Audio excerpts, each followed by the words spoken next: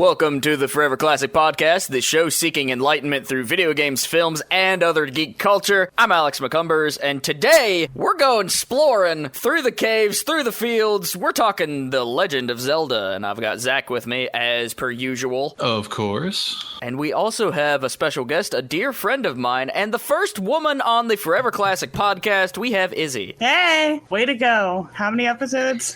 It's been like 20. Not for lack of trying. We've put out several invitations. Yeah, I think we're at 23. Give or take a bit. The episodes with the E3 stuff kind of threw me off on counting, and it also came up that the idea of counting episodes might work against particular new marketing, I don't know, something SEO, blah, blah, blah, blah. Right. So yeah, this week we are going to chat about The Legend of Zelda, probably one of the most influential and one of the more popular franchises in video game history. It's, of course, one owned by Nintendo. It's kind of categorized by exploring fantasy worlds with a little guy in a green hat, which is always fun. So I guess the first thing that I really want to get into is, why do we like Zelda for what it is? Like, what's one of your favorite aspects about it? And I guess we'll start with Izzy, since she's our guest. I don't know. Which I might be a minority in this opinion, because I've heard people say, oh, I don't play Zelda for the story. But I absolutely play Zelda for the story. I like the lore, so I'm one of those people that, like, every time a new game comes out, spend 45 minutes trying to figure out where it fits in the timeline. Breath of the Wild, jury's still out, but I have theories. But so I just like the lore. And, you know, he's a stupid elf boy. It's fun. I definitely have played pretty much every Zelda game except for the CDI ones I haven't touched, and maybe one stray one here or there. But it's definitely been a franchise that's been a part of my life since a very young age. I think I started on, like, Link's Awakening for the Game Boy was the first one I owned, and I played that to completion many times. It's still one of my favorite Zelda games. But Zach, where do you stand on Zelda? I have played Ocarina of Time, and I've watched some play of Breath of the Wild from Lauren playing it, and that's it. Hey, most people are at least familiar with it, and that's kind of the staying power of the franchise, right? Like, you know most of what's going on in Zelda, despite only playing those couple games, I imagine. Mm-hmm, I agree. And so that's really my biggest thing after Breath of the Wild came out and became a system seller, and it moved a bunch of units, which recently it was announced that the Switch has sold more in Japan than the PS4 has, which is fascinating because the PS4 has been out several years more than the Switch. So it's on the, like, up and up. It continues to sell. It's a top-selling unit almost every month, but packaging it with Zelda, I think, was one of the best marketing strategies they could have done. I was always thinking, like, what do you do after releasing Breath of the Wild? And now after E3, you just do it again. And then you remake old ones. Yeah, which is fine. Because... which I'm down with. I'm always down for. Oh, Link's Awakening is very, very cute. It was also my first Zelda game. Yeah, it's a good one. I love that one. Probably more than not Link's Awakening. That's the one that I like. Link to the Past. I like it more than that. I thought that Seasons and Ages was pretty good, but I still thought that Link's Awakening was consistently more interesting. Seasons and Ages, I think, might have been my favorite at the time, just because I had a friend who had Ages and I had Seasons, so it was fun to, like, play, like, link them up and get the extra stuff. Yeah. But as a standalone, I think Awakening might be better. It's so cool. And it's so weird. Like, there's all these little Nintendo references, and it's kind of dark, and it touches on, like, dream states. It's a cool game. I like it a lot. Honestly, I didn't know anything about that one. I highly recommend, if not checking out this upcoming remake when it comes out, definitely pull it up on an emulator or something and play through the Game Boy original, because it completely holds up. I played it within the last 3 or 4 years and was like, wow, this still works. Yeah, I'm definitely getting the remake. Hopefully, I haven't pre-ordered it yet. The UK is getting, like, a really cool bonus edition, and so far we're not. Ooh, so I'm kind of holding off to see, like, with, like, a bunch of extra stuff, because I have all the, like, hardcover guidebooks, and I like to get the bonus editions when I can. But so far, it's UK only. Did you end up getting, like, the Master Sword edition of Breath of the Wild? I didn't, because it's sold out. But, right. like, immediately. But I did get it midnight release with my Switch. Nice. And I did get the guidebook, so. I also got it as a midnight release, which is weird because I never do that. It's like one of the first consoles I've ever went through the whole rigmarole. Yeah, I worked the next day. It wasn't the smartest decision I ever made. Oh No, I really went out of my way. Like, I remember waiting in front of a GameStop with Andrew, who was on a previous episode, actually. We were there at, like, I don't know, maybe 4, 3 in the morning, just hanging out, waiting to go into the mall to pre-order this fucking game. And that was, like, the day after they announced it was pre-orderable. Like, we cover games media, so immediately I was like, hey, do you want to go pre-order this tomorrow? And he's like, yeah, I'm down. I'm like, yeah, we'll make an event out of it. So we went and got coffee and biscuits or something and hung out in front of the mall in the freezing cold for several hours. Yeah, I didn't really expect the Masters Edition to sold out immediately, because at the time I worked in the mall and I worked like opening shift, so I'm like, I'll just go in before I work and I'll just pre-order it. It was already sold out. Oh yeah, especially when it comes to like internet stuff. Yeah. Eli came in and was like, you on the podcast? I'm like, yeah. And then he slams the door. Whatever. I might keep that in because that's funny. But yeah, I don't regret picking up the Switch. I think it's a great little console. I don't like the controller worth a damn. And I even have reservations about the Pro Controller. But there's so many games that I love playing on this thing. And it's weird because even games that I wouldn't necessarily be into, if that shit releases on the Switch, I'll at least play it. Yeah, I got Xenoverse 2 on the Switch, which is a terrible game. And it's really just the first game fixed. But I've played like a lot of it just because I could play it while like laying in bed. That's the thing. If you can reach me, and I guess Pokemon are going to do this while I'm asleep with that whole new Pokemon sleep system. But if you can reach me in the bed with a video game, I'm more apt to play it because rather than just flick through like news or something on my phone or watch a video, I can instead be more active and play a game, and I'll do that every single time. Mm-hmm. It's like when Enter the Gungeon, when I discovered it, like I laid in bed and played it constantly. That's such a cool game. Yeah, I haven't actually played that one yet. I keep looking at that and Crypt of the Necrodancer. Ooh, which that's the one that has the connection to Cadence of Hyrule, yeah? Yeah, Crypt of the Necrodancer is the game it's based on. It's the game Cadence is from. It's harder than Cadence of Hyrule because it does not have save states, which they added for Cadence of Hyrule, which I appreciate because while I like roguelike like games and the fact that there's like random enemy spawn, I also enjoy save states because the game's really hard. I get really into roguelikes that have really solid mechanics and lots of little interesting nuances. I really, really enjoyed the Binding of Isaac game, especially the remake that they did that was a little tighter on the visuals and just added a bunch of stuff. And mods, too. There's an Undertale mod that's very good. But it's cool that those indie developers were able to acquire the Zelda license temporarily to make that. And I think that they did the save states and such because it was a much wider audience that would get a hold of this game. It's really good. It's hard. I wonder it would be easier or harder with a second person because you'd have to both be in rhythm, but you could also kill things faster. I'm not sure. But I mean, the game's like $25. It's super fun. It's one that I haven't picked up yet, and I haven't played Crypt of the Necrodancer either, but I've seen it around a lot. That's a game that has showed up at more events than probably any other game I've been to or have witnessed on the show floor of anything. I saw it several different times. So regardless, those devs are like getting out there and meeting people, and hopefully that's what got them in with Nintendo to do this cool little project. And it looks like it paid off. It seems like a lot of people have played it. I've seen a lot of different videos on it. And all the characters are unique. Like the 3 characters, like they have different abilities. They play different. As a single player, you can only get Link or Zelda the first time you play it. And they are different. And it definitely affects both story and the abilities you get. It's interesting. I'm terrible at it, but you know. Well, I hear that you can turn off the rhythm thing, can't you? I mean, it's kind of the whole point, though. Yeah, and the music is amazing. I would certainly like the remixes they did of some classic scores from both Zelda and I think some from Crypt of the Necrodancer. They're really fun. Like I'd probably, if they made a soundtrack, I'd probably get it. So as a whole, would you recommend that to other players then? I do, especially since, I mean, it's a pretty short game if you don't play it the way I do, which is like, I'm gonna play it like after work and I'm gonna die 8 times. But I think the whole game is probably only like 4 or 5 hours really worth of content, but it's replayable because the maps spawn in random orders. So I would recommend it. I really hope they end up doing a physical copy because I would buy that in a heartbeat for like $30. Yeah. And I'm always a bigger fan of physical printings of media. I was just thinking to myself, like, when does King of the Monsters come to Blu-ray? Is that going to have the director's cut that supposedly exists? When do I get this? That was a fun movie. Speaking of playable Zelda,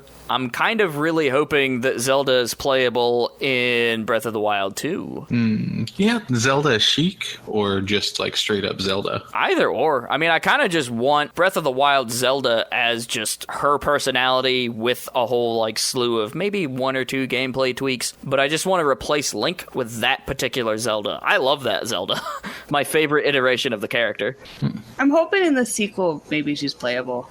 I'm really a big fan of that theory that was floating around that Link gets killed and Zelda picks up where he leaves off. That would be really cool. I'd be into that. That's an interesting theory. I'm also under the impression that the new Breath of the Wild is somehow connected to Twilight Princess, at least thematically, because a lot of the imagery looks very similar. The music is really similar too. It has that like discordant kind of we're in the Twilly realm sound to it, at least to me.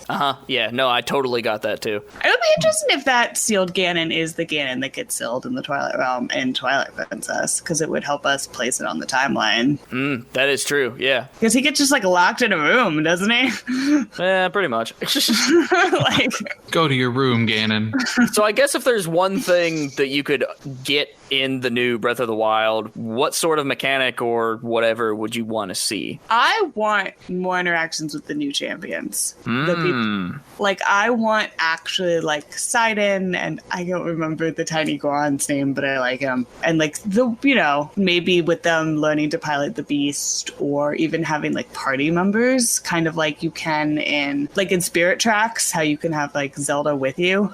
Oh, yeah. Something like that, maybe. I don't know how it would work with that sort of gameplay, but just some more interaction with like those characters. I think having more characters in general would be really appealing, because if you think about Breath of the Wild, its cast and list of important and notable characters is fairly short, but all of them are like super unique and memorable. And or dead.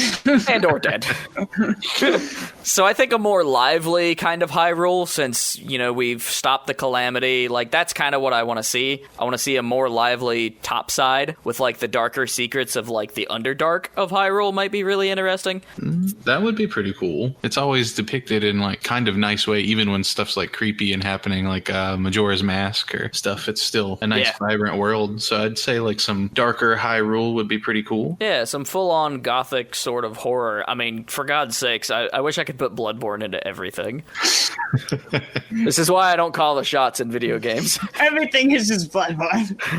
I love it so much. It's so good. That's my favorite game that I've not even got close to beating. I'm like halfway through, I think. I don't know. I should revisit that. But then I'd stop playing this pile of games that I need to play for review and for us and for all this other stuff. I understand that. I wish co-op was easier. But either way, Zach, what would you look for in a new Zelda? Like, what would really send you over the moon? Something touching on all the timelines together, because I'm not 100% familiar with them, but I want to know more. So if you can at least wrap up a bunch of lore pieces like that through it, give me a lot of story to go find. How cool would it be if you could jump to different timelines in a Zelda game and it like acknowledged the different types of Hyrule? That would be incredible. I mean, Hyrule Warriors kind of did that. Oh, didn't it?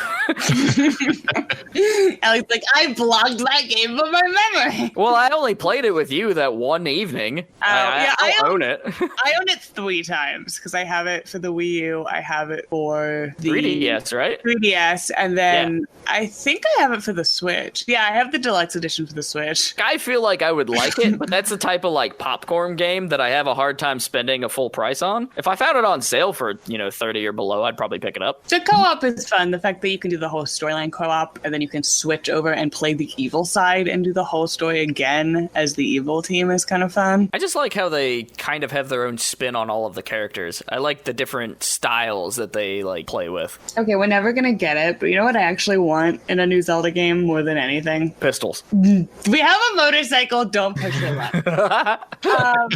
The Minish Cap. I want to be tiny. Oh, that would be very cool. It would be better, I think, if it was something you got really late game and it completely changed your perspective about exploring Hyrule. That would be awesome. Yeah, just for you could find dungeons in like stupid places. It would be like really interesting. Like that one boot that was just laying in a road and you're like, wow, there's a boot here. That's weird. And then you come back and there's like a full dungeon. Just like in it somehow.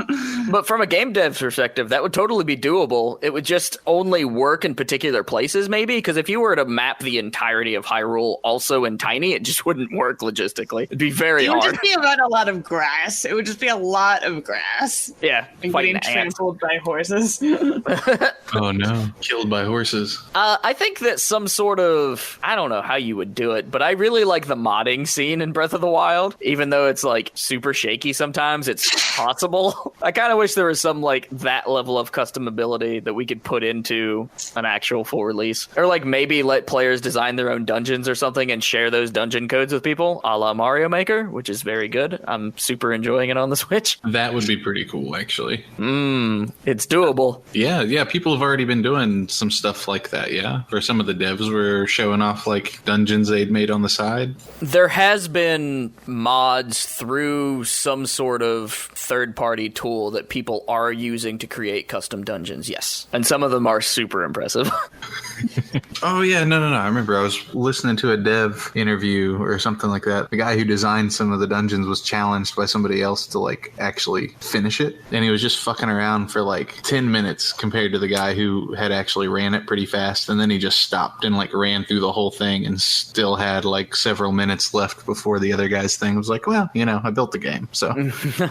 Whenever they put, like, the people who made these games in the hands of some of the best players, they did this famously with Pokken and, that other fighting game, ARMS, on the Switch at an E3 or two ago. It was really great. They're like, you won this tournament. Face the people who made it. And the people who made it did shit that nobody was even aware of. I love it. In the middle of it, like, what the fuck is that move? Yeah, exactly. Well, you know, there's this little line of code that I had to write in there for like 5 weeks and perfect. So I know it real intimately. If you look for this particular animation and do this particular action, you get this result. And people are like, what the hell? It's great. But Zelda's definitely been something that I've like made a lot of friends with too. Famously, me and Eric and Timmy spent a lot of time. And for those of you that know me, know exactly who those people are. We spent a lot of time as kids working through these dungeons. We didn't have walkthroughs much back in the day. We had, I think, a printed copy that we called the Black Book that was a walkthrough of Link to the Past. I don't know where we got that, but we totally had it. But for the most part, we were just going through based on what we were finding. I did have a magazine walkthrough of Ocarina of Time. Oh, I know what publication you're talking about, actually. I think I've seen that. It's like something in Game Informer or Nintendo Power or something. Yeah. Oh, like in the heyday of the magazines? Yeah, back when you could pick up a printed copy. That was a weird time. That was you a can weird still time. get printed Game Informer. Yeah, you can. And I used to really enjoy it whenever I was in an area with a GameStop. But I remember getting like demo discs in mine, and I was really mad one time because they canceled my subscription because the magazine just stopped, I guess, and they replaced it with Maxim, and I'm like, I don't want no boobies. I want my demo disc. Yeah, I want my demo disc, damn it. I was the hell out of it. legitimately pissed. Like, I remember being upset about that. What am I supposed to do with this? Yeah. A demo disc is really the reason that I picked up Metal Gear Solid in the first place. Exactly. That's why I have any idea of what .hack is and other game examples. Yeah, there's a lot, but they're old and I can't remember what they are. I've kept most of my demo discs. I've actually recorded pieces of them for random Let's Plays in the past, and people found them fascinating, so maybe I should revisit that. Maybe, oh god, I don't even know where half the ones that I had are. I swear I have like 12, and I know exactly where they are, and they're all in pretty good condition. I'll have to ask Isaac. I think Isaac's the last person that had all my discs. Thank God you can just download demos of games. I wish that was a more common practice than it is. Yeah, I would like to see some demo action come back. Yeah, there are some. Yeah, a lot of times you have to like go to an event though to really get demos anymore. Yeah, there's a lot of like official Nintendo events for a lot of the Nintendo games. They'll do them at various GameStops and such, or like Walmart. I've seen at least one or two demo kiosks that were specifically labeled for like Smash Brothers. You remember the McDonald's demos? Oh, the little like kiosks? Yeah. I played Mario Kart 64 for the first time on one of those in a disgusting playground. That might have been my first first experience with the N64, actually. Yeah, and I still can't use an N64 controller real well. So. Oh, it's one of my least favorite consoles, truth be told. But there's some fun games on it. Ogre Battle 64 is probably haven't my played favorite. It's really good. Basically Final Fantasy Tactics. Yeah. I have a huge bias towards Jet Force Gemini from Nintendo 64. Have you tried playing that game recently? That's a mess. It is, but I really like it. Is that the one where he plays the dog? You can be the dog. It's like the brother, the sister, the dog, and you could like turn on the cheats to get like rainbow blood, and you collect all the like insect heads. Yeah, what a weird game. On Xbox One, it's pretty cool because they added an update that basically gives it modern day shooter controls. It makes it way more playable. Yeah, me and my brother put hours into that game when we were younger, and like there's a versus mode. Do you know what N64 Gem needs revisited in a modern sense? Buck Bumble. Biddity Buck Bumble. What the fuck is Buck Bumble? Google it. Go Google the intro. It has the best like theme song since the DK rap. You just play as a bee. You fly around shooting missiles at ants and shit. It's like stupid, but it's really a cool design. This is actually pretty great. I'm listening now. It's like 90s tood bee movie. It's such a weird point in game history, but it's so fun. It's a hard game, I remember. Like, the controls are ass, but I remember the idea being really cool. Huh, but it's made by Ubisoft. I would not have expected that. But-a-da-buck-a-bumble.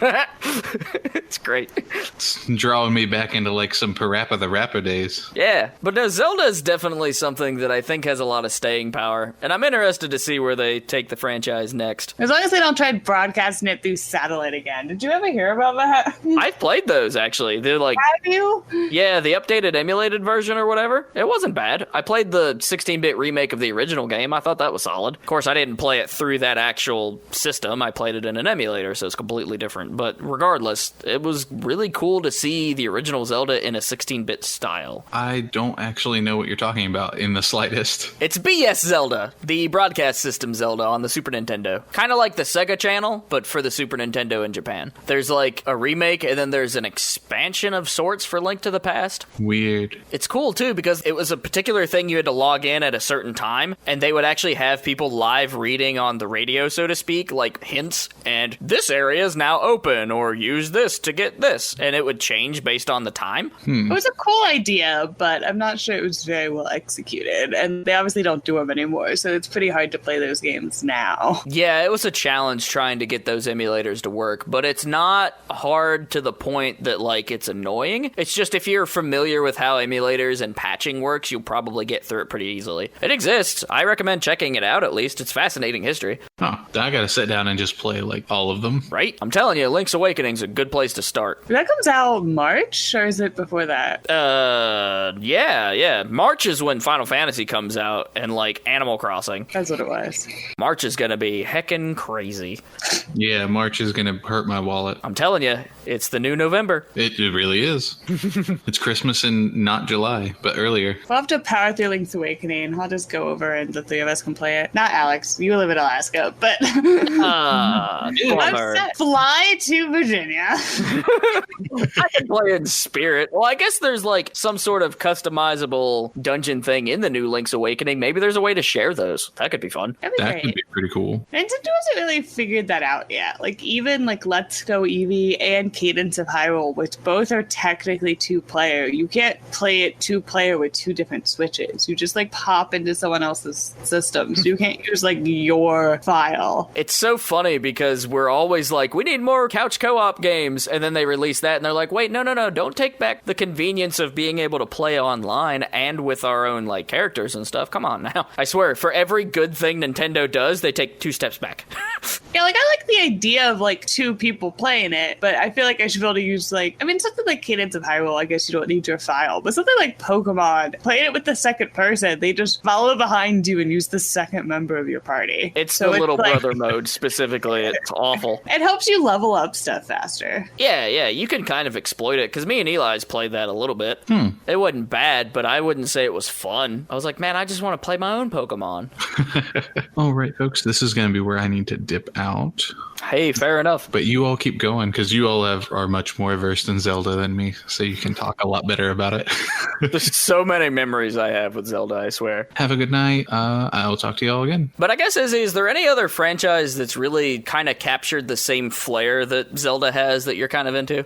No, there are other franchises I really, really like that I play whenever they make new ones, but I don't know if any of them are really similar to Legend of Zelda. Like, I played the Disgaea games constantly, but they're very, very different. Those are fun. They actually just announced, I think, Disgaea 4 for the Switch, possibly. Don't quote me on that. Yeah, 5 and 1 are on the Switch. I'm hoping they do more, because I never... there are a couple ones that I kind of barely played because my brother took the PS3 with him when he left. Yeah. Because as the younger sibling, I never actually owned... we owned 2 Nintendo 64s for a reason. Yeah. I was never in that situation, but because I was the older sibling, so all the consoles were mine. Like, my sister had her own Game Boy.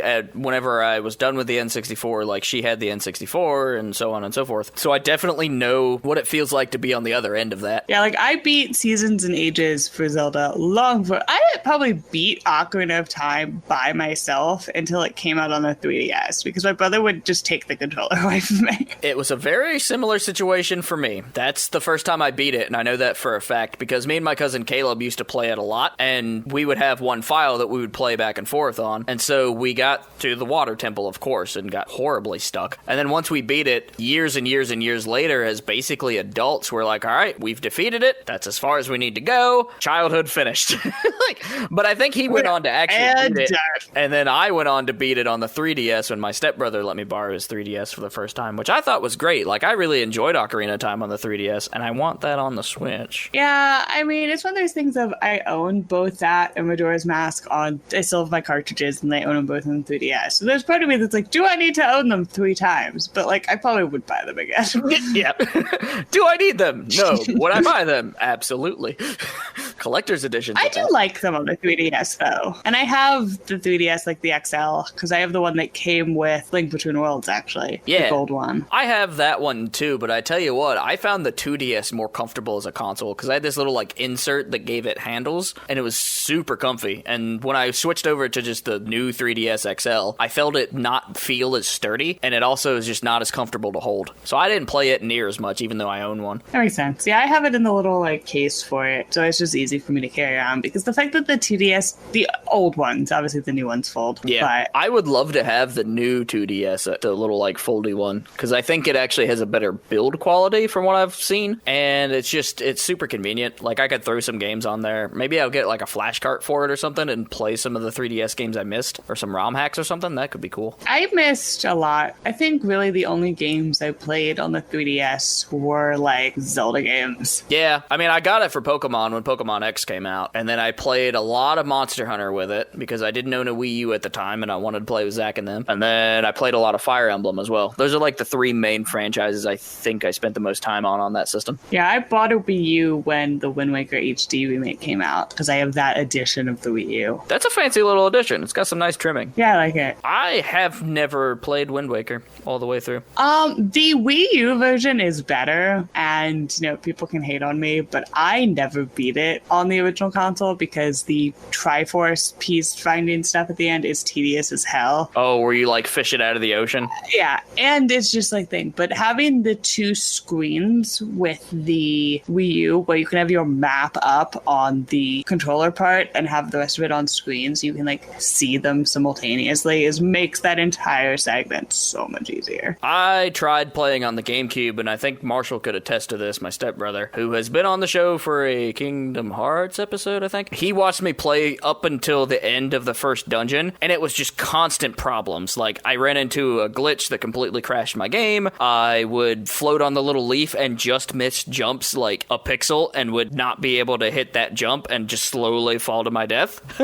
That's really funny. Watching me play that game for the first time must have been hilarious, because it was just me, like, attempting to do basic function and failing and cursing a lot. Now, do you like Wind Waker now, or or do you still I think like the idea of Wind Waker, but I've never actually like committed to it. Okay. Yeah, I like Wind Waker. I have some unpopular opinions about the Zelda games because Twilight Princess to me is the worst of the console Zeldas by far. I would be in a similar boat, I think, following beating it. I'm like halfway through it, I think, on the Wii U. It's better on the Wii U. And part of my problems with it were I played on the Game Boy and it's fine, but the Wii version is garbage. And anyone who says the Wii version isn't garbage, it's nostalgia because it's really, really bad. They mirrored the whole game, so Link is left-handed, so the Wii remote worked, and the motion controls do nothing. Yeah, it's awful. Funny that I think that Skyward Sword is actually better in that regards. I thought Skyward Sword is kind of cool. The Motion Plus stuff, like I remember getting I pre-ordered Skyward Sword, getting it, and like sitting in the dorm room with Eric because of course he was there the second it came in the mail. Yep, same situation with Eric, but for me it was Breath of the Wild like a week later. And like that first cave on Skyloft when you're trying to get your Loftwing back and you fight Keese for the first time, and I'm like, I can kill them with this. The sword moves in the direction I swing it. It was like amazing. It's super cool. From a design perspective, I think that Skyward Sword is super weak and there's a lot of dumb shit that it does. But I think the first playthrough of Skyward Sword around the time Skyward Sword came out was really cool. Because I was there for a lot of that playthrough that you mentioned. The lore in Skyward Sword is great. And oh yeah, some of the character designs. Girahim is amazing. I really enjoyed him because he was different. Like after after Twilight Princess, I mean, Zant is so boring. Mm-hmm. He is. Girahim was definitely a lot more like, he had a different personality. He made Link uncomfortable. He made players uncomfortable. And then he kicked the dog shit out of you. Yeah, and the whole like living sword thing I thought was interesting. Like contrasting him to like Fi. Yeah. There's a lot of cool ideas in Skyward Sword. It's just, it was unfortunate that it was on the Wii. Yeah, I mean, the Motion Plus helped. It's unfortunately not an old enough game that I think we're going to get a port of it anytime soon on like a different console. Yeah. But I like Zelda in that game. That was one of the games where I really liked Zelda because she felt like an actual character. That's how I felt about Breath of the Wild. Like, I love piecing together the story of the events that happened prior to the events of the game. And whenever like Zelda's in Link's arms and she's crying because she's like failing her kingdom, that is one of the most powerful moments in the franchise to me. And immediately after that memory like flashed away and I was in the present, I was like, I'm coming for you, princess. This is it. Nobody can stop me at this point. It's happening. I do really like Breath of the Wild Zelda, and I'm hoping we get some cool stuff with her in the sequel that we'll get in like 3 years. I mean, I'm not holding my breath on that one. I don't know if they just use the engine and skills that they've learned. And you got to think too that Breath of the Wild was designed to be a Wii U game first. So this is the next Zelda that we get aside from, Link's Awakening remake. That'll be the first like full-blown Zelda game created from the ground up for the Switch. Did Eric get Breath of the Wild on the Wii U? I don't know if I know anyone who got it. He did, yeah. Okay, because I kind of forgot it co-released because I obviously got the Switch because I want it. Even though I owned the Wii U. Yeah, like he came over to the house and stayed for a week or so because he was on vacation or something. And I was like, dude, just come over and we'll hang out and play Zelda and drink beer. It'll be great. And so he did. And like I would go to work and he would just play Zelda. And it was really cool because he would come back and he's like, dude, I found this and this works like this. And I'm like, yeah, it's heckin' great. And then after he was like done and he went to go home, he's like, can we drop by GameStop? I want to pick up the Wii U version. I'm like, yeah, man, let's do it. I will say Twilight Princess of the Wii might be garbage, but the nights I played with Lauren after like some Jack and Coke, it's pretty fun. Yeah. You fall off a lot of rocks and bridges because the controls for jumping are already garbage, but it's fun as like a group activity. But it's not a game I'd ever probably play solo again as much as I like Midna. Yeah, it's not something that I would purposely put myself through. Yeah. And I've played some awful games on purpose. Which is a shame, because I really like Midna. And I play, actually, both of the characters I play pretty exclusively in Hyrule Warriors, Agatha and Midna, are both from Twilight Princess. I love the art style of Twilight Princess and, like, the cool, darker tones of it. But, man, dungeon design is real linear, and, like, that little baby is weird, and, I think my biggest problem with it is it's all aesthetic and no substance. Like, it looks cool, but there's not really, it's not Majora's Mask, but there's actually dark elements in the gameplay or in the game. I mean, there's some stuff, if you really pay attention, with the overthrow of Twilight. Like, the people in Twilight are going through some shit, but they're the bad guys, and we don't really get any of that. Yeah, there's a lot of interesting lore bits, but it's all show and no, like, actual staying power in the long run, I think. I do like Wolf Link, that one. I do like that you can have Wolf Link in Breath of the Wild, even though it makes no sense.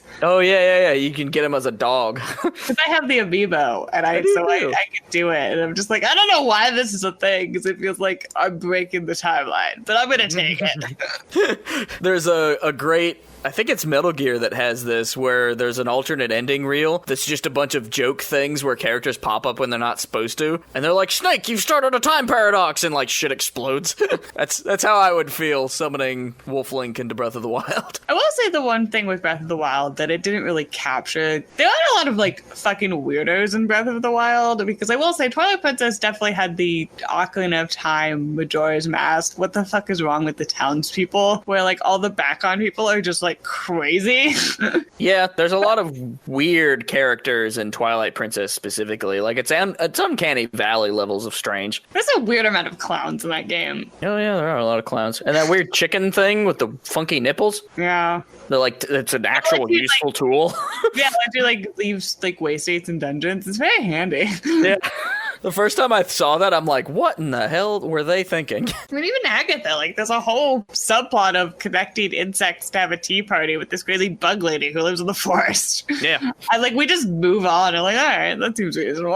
I kind of like when Zelda gets weird, though. Like, Majora's Mask has got an alien abduction situation, and I thought that was great. Yeah, I actually would like more weird. Like, I mean, the Yiga clan is kind of weird in Breath of the Wild. Yeah, because they just explode into bananas. And they have so many bananas. Mm-hmm. Like, you go to their hideout and it's like, what is wrong with you? Where did you get all these bananas? I don't remember seeing any banana trees in Breath of the Wild. You can get them literally only from the Yiga clan. They do not drop with any other enemies. So where the hell they're getting them, I have no idea. Dude, there was a whole, like, war and actual history on bananas, right? So maybe they're, like, taking them from other areas and importing them to Hyrule. Termina is somewhere with, like, a banana shortage. Yeah. I would love to see all these different areas kind of expanded. Like, I love the land of Hyrule, but I would love to see some really drastically different situations. I like in Breath of the Wild, we get a lot of different cultures based on the regions, but I would like to be given the ability to just leave a continent every now and again. Like, I yearn for the days that were instilled in me by Pokemon Gold and Silver, where I beat the game and I'm like, wow, that was cool, but it was pretty simple. And then they're like, oh no, there's like 60% more game left. Welcome to the end game. I mean, there is the ocean surrounding the map. Maybe they'll incorporate some like Wind Waker-esque sailing mechanics. I mean, you can kind of sail on rafts and or float them. Yeah. / make flying machine contraptions out of minecarts, which is the way to travel. I don't use my horses. They might die. They live in my stable. No one can hurt them. No one can hurt them if they're stapled.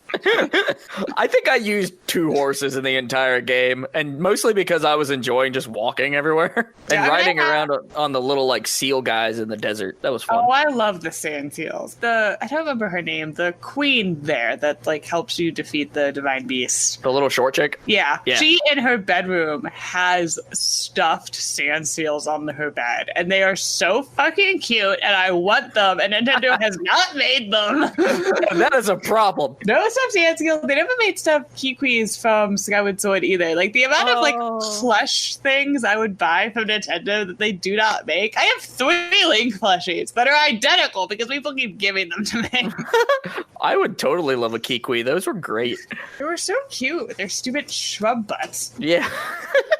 There's so many, like, opportunities for Nintendo that they just don't act on, and I can't understand why. Because it's not like I'm some sort of marketing expert. I just really like video games and have kind of studied this most of my life. But, like, if I can come up with these things that seem kind of no-brainers, and everybody else around me are also making similar assumptions, it's just, like, frustrating.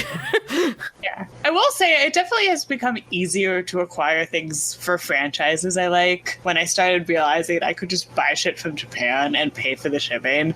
Oh, yeah, for sure. I have a really cool, I don't know if anyone listening collects Nendroids, but they make Legend of Zelda ones. I mean, they make a ton of them, but I have the Majora's Mask one, which comes with like a bunch of interchangeable masks, and it's really, really cool. Ooh, that looks like a good one. I'm a big fan of the Kirby Nendroid because it's basically a ball Kirby that's a magnet, and all those little pieces stick onto him. And they make the mech suit for him. Oh, yeah, yeah. Yeah, I do like that. I have a Nendroid problem. My figure collection is irrelevant, but... I have an amiibo problem, but it's fine because nowhere locally sells amiibo except for the, like, discount Animal Crossing ones that I give no shits about. I literally only have Zelda amiibos. I have a lot of Zelda amiibos, most of which are Link. So I have Rivali, because he's my favorite of the champions. I really want a Banjo one so bad, and it's coming. I love Banjo-Kazooie. It's one of my favorite platformers. It's probably my favorite game on the N64, to be honest. I was kind of surprised about the Banjo-Kazooie stuff. I was very excited. I don't know. Zelda, to me, has always been something that I've really enjoyed watching the development of and seeing people's reactions and sharing stories with people. And I think Breath of the Wild kind of fits into that because it was all this, like, kind of a giant world that's a bit of a puzzle box, and there's all these different solutions to all these problems. And I really enjoy watching people, like, do weird shit to get past puzzles. It's so cool. Especially the fact that you can, like, lay metal tracks and then use a lightning magic or something and connect them and skip areas and, ugh. Yeah, there's a lot of, like, fuckery you can do in Breath of the Wild where you kind of, like, not break the game, but, like, make it a flying machine out of a minecart and doing that kind of stuff. Or, like, getting to areas that the game tries real hard to prevent you from getting to. But, like, I'm going to sit here for 45 minutes and come up with a really complicated solution to get to this area that I could get to with ease if I just went somewhere else first to get the item I'm supposed to use. And it's totally plausible. That's what I love about it. I didn't realize how much I wanted a physics engine in a Zelda game until Breath of the Wild. Yeah. They definitely fixed the stamina because I will say I was never really bothered by the stamina thing in Skyward Sword, but a lot of people were. Mm-hmm. It has a lot more weight in Breath of the Wild, whereas in Skyward Sword, it's just like, I just want to do things, and you're preventing me from doing things. Yeah. Whereas in Skyward Sword, it just kind of made it more... In Breath of the Wild, it was, like, just better, because there were other mechanics that made it all kind of work together. Yeah, it made sense in the world, I think, but I still am a firm believer that the weapon degradation in Breath of the Wild could have been tweaked, because it seems like I get into these situations where I get a really cool weapon, and I'm like, I don't want to use this, because it'll break in 5 swings, so I'm just going to put it in my pocket. Yeah, there is a problem with that. You have to, like, find all the Baraka nut seeds to, so you can get more weapon slots. But I didn't like, I think the only thing I didn't like is that story items could break, that, like, the champions items could break. Oh, yeah. They are not broken. They are on display in my house, which is the reason I have a house, because I like them, so I just never use them. Exactly. That's the main, like, mechanic issue that I have with Breath of the Wild. Hopefully they fix that, because I don't mind it for, like, stuff you find, but for, like, story items, and I'll never have an unbreakable Master Sword, because I will never beat those stupid trial things. Oh, yeah, those were tough. I mean, to get it, like, fully, like, the amount of levels you have to go through, it's just, like, a lot. Yeah. That's just unnecessary. Like, it becomes basically a chore rather than a fun additional thing you can do. One of the ways you could fix that is using just, like, a basic RPG sort of weapon system, because I really enjoy the bits in Breath of the Wild where I had no weapons and I had to think on my feet. Like, I had to catch a boomerang that somebody threw at me or use a shield in a weird way. I like that part a lot, but I think that there's a way you can balance that with just having a weapon that doesn't always break all the time. Or just a way to, like, fix weapons like Dark Souls, maybe make it to where they don't break as often. You could only have, like, one main weapon that won't break or something. I don't know. Yeah, even having, like, a fix mechanic where it's like, oh, this one's weak, let me switch. Like, I like this meteor rod because I can set everything on fire, so I will hold on to it. But then, yeah, there definitely feels like things. Though I do enjoy the variety of weapons. I enjoy the fact that I can fight Calamity Ganon with a mop. Yeah, that's pretty great. And it's totally plausible. I do really enjoy the variety of items and, like, things you can wear in Breath of the Wild and all the different things you can find. Like, it's got a really cool item system in it, and especially how things, like, work in tandem with different elemental properties and this and that. It's just really cool, but I just hate that breaking system. Yeah. I like the goofy stuff, though. Like, I like making things float away with the, like, Octorok balloons or whatever, but I guess they're their organs, which is like kind of dark, but I enjoy the fact that I can just attach them to things and send them like drifting in distance. Another game that does something similar to that I've never played but know the basics of is the last good Metal Gear. Phantom Pain had a similar set of mechanics that are comparable to Breath of the Wild. Like you could attach people on balloons and they just fly up and you'd like steal them for your base or something. I never played any of the Metal Gear games. Me neither. Like somewhere Zach is just mad at both of us. Oh, I own them all and he's furious at me. I don't own any of them, and I don't even think I own a system I could play any of them. Maybe the real old ones. I specifically, because Zach's a big fan and I know they're good games, I bought the like collector's edition of all of the legacy whatever on the PS3. So I have basically the entire franchise in a single disc. Nice. I just haven't sat down to do it. It's coming though, I promise. Yeah, unfortunately, I only really buy Nintendo consoles. My most recent PlayStation console is a PSP, which I do play. I do have Disgaea on it. And I bet you bought it because of like Crisis Core or something. Actually, no, it was my brother's that he gave it to me, which is how I got. I bet you he bought it for Crisis Core. Yeah, I don't know. Like the collection of games I inherited for him were like Disgaea, Persona 4, like a bunch of random shit. But like he's the type of sibling that he gave me the copy of Ocarina of Time I have now for my birthday one year. Yeah. So like that was like in the house already.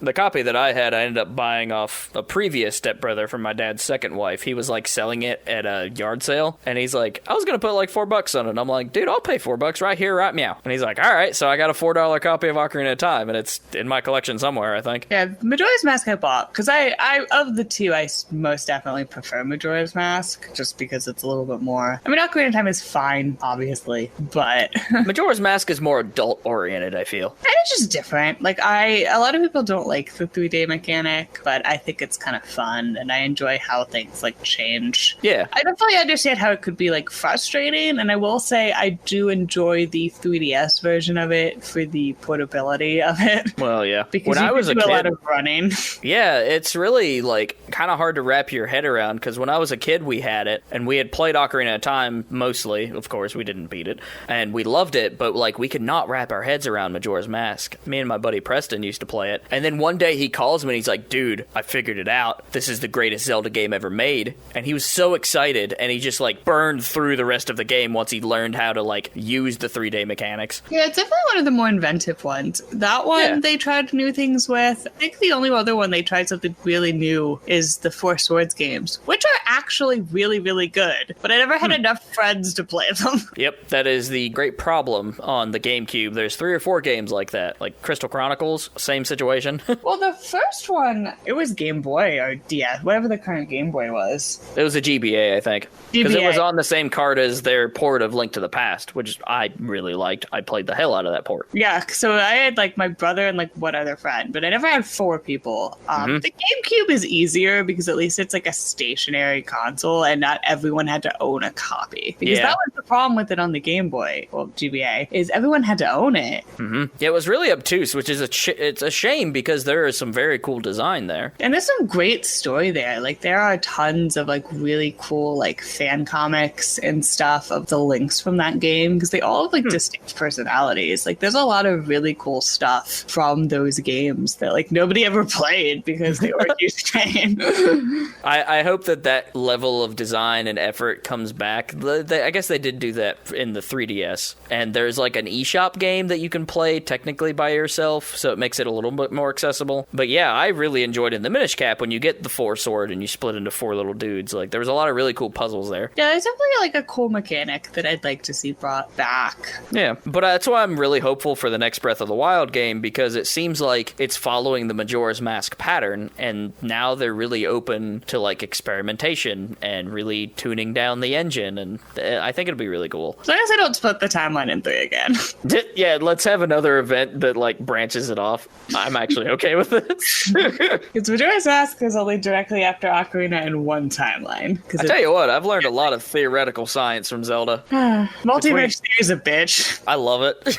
Between it, Marvel Comics, and Legacy of Kain, we were always talking time travel as kids. Oh no, see, Dragon Ball did it for me. Like Trunks. Oh yeah. Like, that was the first real comprehension of how multiverse theory works when you're, like, a kid, because there's a multiverse of Dragon Ball. Yeah, and it's, like, made real apparent in Dragon Ball Super, which I'm a big fan of. All the different universes and stuff. Oh, it's so cool. I should finish that. You haven't finished it yet? No, I stopped watching the Tournament of Power when it was subbed because it was just like a lot of fighting and it was something I couldn't multitask while doing. But now that they dubbed it, I'm probably going to go back and finish it. The series is good. 17 is back. Arale was back very briefly, which was amazing. Oh, 17 is great in Super. I'm pissed we never get to see his kids, but you know. Oh, well, they're probably adorable.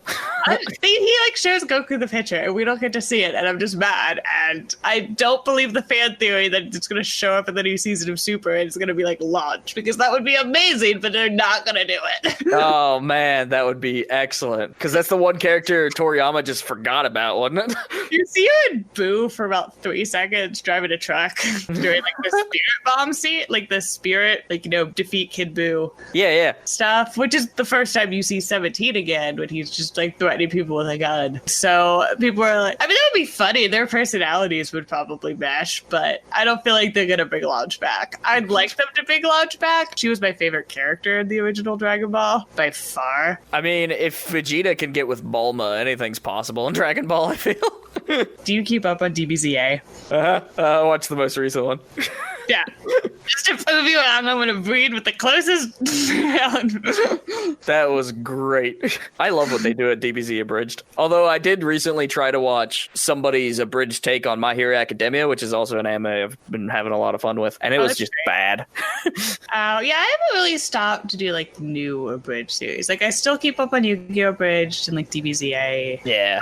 And like their Helsing stuff. Abridgemon was great, but they'll never do more of it. Yeah, that was also really funny. Speaking of Digimon, I guess we'll have a piece of news here towards the end of the podcast, Izzy. The Digimon Cyber Sleuth games are coming to the Switch. Ooh. And I'm into it. I'm into that. I have my Digimon Squishable upstairs. I've got one laying around, too, that you sent me, which is cool. I have like an Agumon. There's a fun story behind Cyber Sleuth, because on the trip up here to Alaska, that was the one game that I had on the Vita that, like, was something I would lay in a hotel room or something and play for a bit, and me and Eli would pass it back and forth because I got him into it. Because it's just a fun RPG with Digimon in it, and I love that. I've been wanting that for a long time. We just, like, leveled up stuff. It was so cool. We didn't even play the story. We just walk back and forward and grind. Yeah, I've seen that one, but I never played it. The only Digimon game we really had that I played is we had whatever the fighting game was for the PS1. Rumble Arena. Yeah, I played a lot of that. I'm not sure if it's good. I haven't revisited it. It's not. I have no doubt. I have fond memories of it too, though, because that was one of the ones I owned. I was all about Digimon when the PlayStation came out. Like, we played the hell out of Digimon World, and we always tried to, like, unravel its mysteries because it's hard and it's really weird. I was definitely a Digimon kid. I was not a Pokemon kid. I guess we'll have more Digimon news too, because they just announced that the people that make the little Tamagotchi knockoffs, the original Digimon keychains, they're doing a anniversary of those, and you can buy them for like $20. Oh, that would be cool. I never had one as a kid because my mother wouldn't buy me one. I had the Digivices, and my dad hated them because to progress you had to shake them, and it had a little rattle in it, and my dad hated it. They're so loud, yeah. I'd be at home just shaking my Digivice. I annoyed my mother by being really convinced that harmonica was real cool, because Matt is real cool and he plays the harmonica, and it is not. It's not. And it's real annoying when you don't know what you're doing and you're just a small child blowing spit into a harmonica. Why do I have to be interested in instruments that are annoying? Because I'm also like into drums, which nobody likes. Yeah, but I played the violin, which when you're bad at it in like a fourth grader, it just sounds like you're murdering a cat. There are a lot of bad musical decisions all around. I never really got to a point where like I had to learn a flute or something. Like, most of the instruments I picked up were things that were established and laying around the house. And so me just like fiddling around with shit every now and again didn't sound nearly as bad, because everybody else around me were like, oh, let me show you this little thing. Yeah, the only instrument my mother plays is the piano. We do have a piano. I don't think it's been tuned in 15 years, but like we have one. I learned a lot of piano as a kid too. My grandma had one, and I always thought that was really cool. But yeah, that's weird, right? Like every now and again, you'll come across a house that just has a piano. You're just like, huh? Okay, I hope somebody plays it. Yeah, nobody plays ours. It just lives in the formal living room. Like my mom can play it or could at one point. I honestly don't know if she still could. It becomes just a place for plants. Yeah, sentimental family photos. I don't know. Yeah, that's interesting. Apparently, at some point through like the 70s or 80s, it was real, I don't know, like socially interested to own a piano, and so there's all these households that just have a piano. Like, what are you doing with that? They're so expensive to tune, too. They must have been like, there must have been some sort of break in price or something where they were affordable. I don't know, but a lot of families have them, at least in my perception of East Coast America, which assuredly is fairly small in scope, but you know. Yeah, I growing up near DC, it's not a very accurate representation of the rest of the country, I'm sure. See where I'm from, everybody owned like guitars and pianos, and most people had at least one banjo player in the family. Yeah. My aunt played violin semi-professionally, so there was like that, but... Yeah, a lot of my family were pretty like established bluegrass musicians. Like they had CDs and shit. There's a lot of cool McCumbers family stuff out there if you go YouTubing around. But yeah, so final thoughts on Zelda, Izzy? I mean, it's a good franchise. I'm excited to see where it goes. I'm hoping that we get more remakes in this vein, because while obviously some of the older games you can get on Virtual Console, a lot of them you can't. Obviously you can emulate them, but Seasons and Ages you can't get very easily through Nintendo. I mean, you can emulate it, but they're really good games and they have some really cool mechanics. I do have them on the 3DS, so I know they're definitely available for 3DS, but I don't know if it's playable on, like, Wii U, and it certainly isn't playable on Switch. It's definitely not. They don't really have much of anything on Switch. It's depressing. Like, for the older games. Like, I have some on, like, the Wii store that I got, like, some of the ones, but... Yeah, it's weird that Nintendo themselves revolutionized the treatment of old ROMs, and then proceeded to just fucking ignore it. I mean, what can you expect? Nintendo does what Nintendo does. But I'm very excited for the Breath of the Wild sequel. When we get it in like 2021, and I'm definitely excited for the remake of Link's Awakening, and I'm really excited for it to confuse an entire generation that won't understand why, due to licensing reasons, you fight Goombas and have a change up, which in 2019 makes no sense. No, it's really weird, and like weird, doofy looking Kirby. Yeah, like that game doesn't, I mean, it is part of the official timeline, but it doesn't really work because obviously it does because... It's definitely a weird, like, fever dream sort of game. I like it a lot, though. I'm also very excited for it. I'm pumped to see what Nintendo does for the sequel because, again, I think now that they have the engine figured out and they've got an established, like, group of people that really are all about Breath of the Wild, I think it'll be a huge hit regardless on what they do. But I think critically and, like, moving the franchise forward, it'll be interesting to see what happens. Lastly, I just want to see more developers get their shot at the Zelda license, much like the Crypt of the Necrodancer kids did. That would be cool. I'd like to see some, like, crossover type stuff. Even within other, like, Nintendo properties. Either, like, Crypt of the Necrodancer style, where it's, like, just a game that's kind of reskinned with, like, Zelda elements. Or, like, honestly, like, we get Link and Zelda and Smash Brothers, but I'd love to see them in other things. Yeah, for sure. I mean, I guess, like, Hyrule Warriors is, like, another one that's, like, a skin, because it's just Dynasty Warriors. I would love to give Yacht Club Games, specifically, the Kid Icarus franchise. I think they could make a hell of a platformer with it. That would be fun. Mm-hmm. And then Way Forward would be really good for, what's a franchise we haven't seen in a while? Wario, I think would be great. Like a Wario platformer from Way Forward. I'd be all about that. That'd be cool. But yeah, I'm excited. We have a lot of games coming up. I'm excited for more Zelda. I'm excited for maybe getting more Metroid. I don't know if it's coming. It wasn't an E3. Yeah, we'll see. They specifically were like, it's not good enough. We're going to give it to the original Retro Studios developers. And we're like, oh, okay, yeah, that makes sense. Yeah, I am one of the kids that learned about Samus and Smash. Me too! And then played Metroid 64. I'm like, oh, this is cool. Yeah, I was like, what the fuck's a Metroid?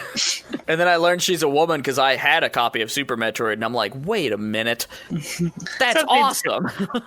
I love Samus. She's one of my favorite characters. Just kidding. Hey, controversial opinion. What's your least favorite Zelda game? Not including Link's crossbow training or the CDI games. I mean, probably Zelda 2 on the NES. I don't like that game at all. I think it's kind of different. I like kind of the RPG elements of it. It has its charms, but as a Zelda game, I'm not a big fan of it. But truth be told, I don't really like Twilight Princess either. Twilight Princess is probably my least favorite of the console ones. I think my least favorite overall is probably Phantom Hourglass. Oh, the DS one. Yeah, that one's not great. You go back to the Temple of the Ocean King like 12 times, and I don't care. The way they lay out that whole leveling system was just awful. Because you end up retreading the same areas over and over again. Yeah, and it had some cool ideas, and I like that it's a direct sequel to Wind Waker, but it is tedious. Yeah, it's not good. Oh my god, could we get a Fullmetal Alchemist game made by, like, Capcom or somebody that's kind of a Zelda game?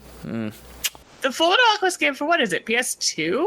Yeah, there's a couple of them. Isn't bad. It's the 2003 series. It's not Brotherhood. Yeah, I've played through it. I mean, I thought it was fine as a kid. They're not terrible. They don't usually make really good anime games, which is a shame. Or at least not the ones we get in the States, because we don't get the good better. Yeah, but we don't get the good jump games because we don't get the handheld ones, which are the good ones.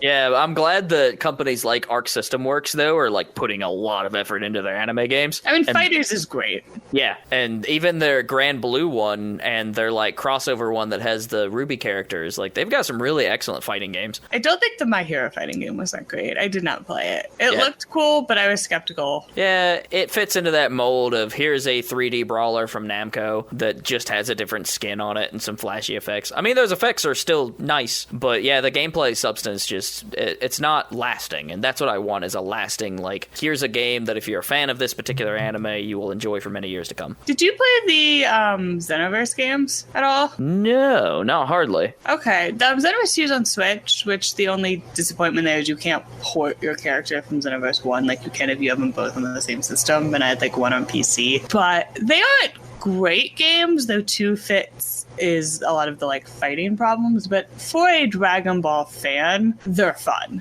Yeah, because it's got a bunch of characters and different moves and customizable stuff and all that jazz. Even the story, like the whole idea of being part of the time control and fixing history. So you get a lot of cool, goofy, like alternate timeline shit. Like, can you switch bodies with Vegeta? Or Nappa went great ape on Earth. Like a lot of dumb nonsense, which I do appreciate. So I wouldn't mind games like that either in the future if we're going to get some like anime games. Like just like some BS. That would be fun. I think there's a lot of franchises that could really fit for. Naruto, I think, would be the most obvious, or like One Piece or something. The Ninja Story games are the best way to watch Naruto.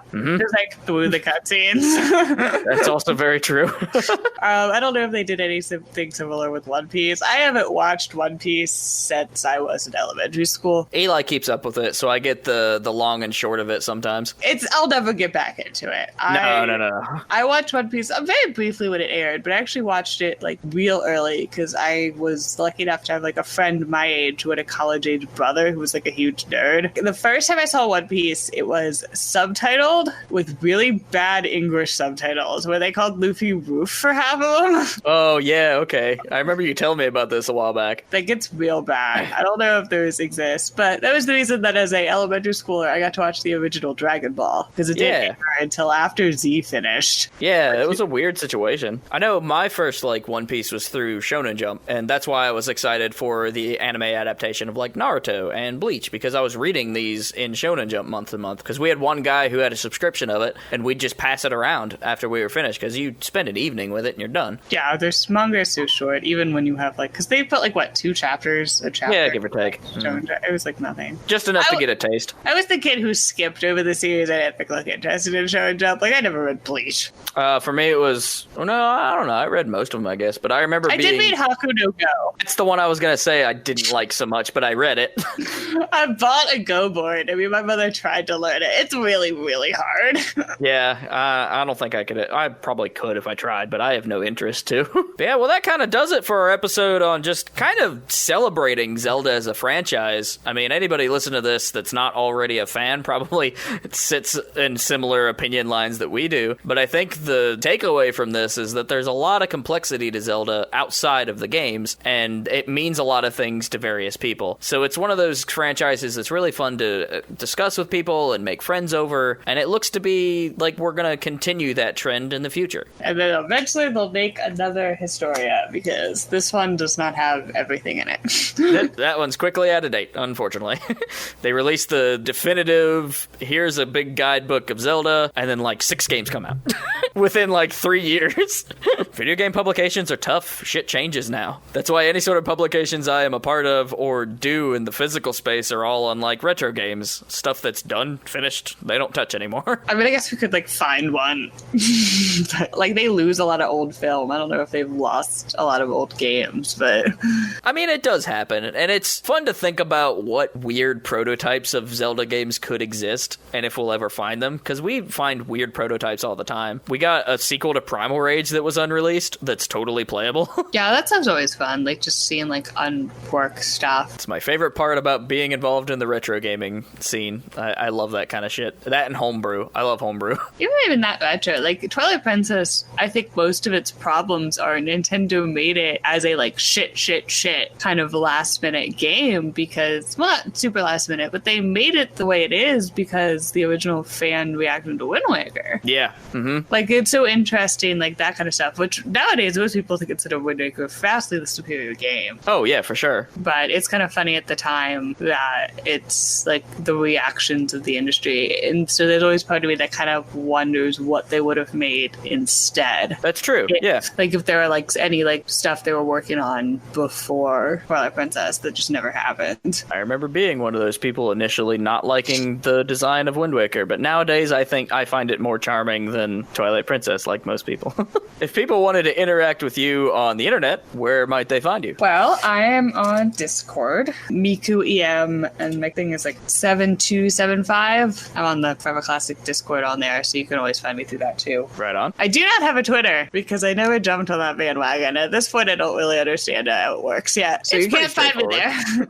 I never post things. I mean, I guess I technically have a Tumblr that's Kura/Soul/Sealer. If you want to we blog a lot of anime nonsense, and there's a weekly Zelda comic I follow that's an excellent alternate timeline. Is that the one where like Ganon and Zelda are in love or something? No, it's the one where they decide, since they're both like aware of their destiny, and it's like, this is stupid, so they just decide to have like it's like a political manager. If you want to rule high, well, fine. Oh, okay. I remember you telling me about this one. That's fun. It's still going. Yeah, she updates on Mondays. It's really well drawn too, and like Skull Kid showed up. Like, there's a lot of like nonsense. It has like Vati from those games, like that villain who's like working for Ganon, and like Girahim is there. It reminds me a bit of the like multiverse fan Dragon Ball manga that was floating around the internet. That was also very good. There's a lot of good. The Reincarnated as Yamcha comic is excellent.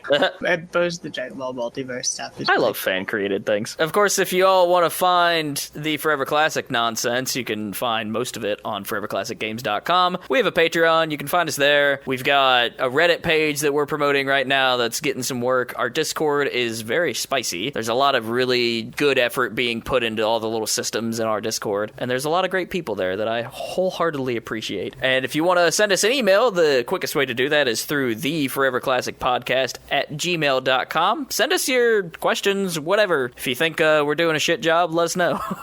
We would certainly like to know that from the people who listen. Of course, Zach, he did have to step out, but you can find all his stuff under Exquisite Liar. There's always links in the show notes below. And Izzy, thanks for being on the show. It's always fun to just sit and chat like anime or Zelda with you. Thanks for having me. This was fun. We'll definitely have to have you on for another relevant topic in the future. I'm always down to talk about anime. My Hero Season 4 is coming. We have a trailer. It's not in English, but we have a trailer. I'm just waiting for that 4th Evangelion movie. That's my thing. It's never happening. I don't believe him. One day.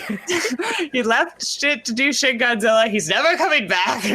He made Godzilla and it's like, well, my life is complete now. See you later. And we're like, no, come back. There's still things to be done. It leaves off at such a bad point, too. Like, I got a friend of mine at work to, like, watch it who had never seen the original series, and he's like, and then what happens? I'm like, I don't know. What happens different direction, so who knows? It's like, what happens in the original? I could not explain it to you. I don't have the time. I know even less about that, something that's out, than I do of something that doesn't exist yet. But I'm Alex with Forever Classic Games. We certainly appreciate everybody listening to us. And as always, stay cool, my friends.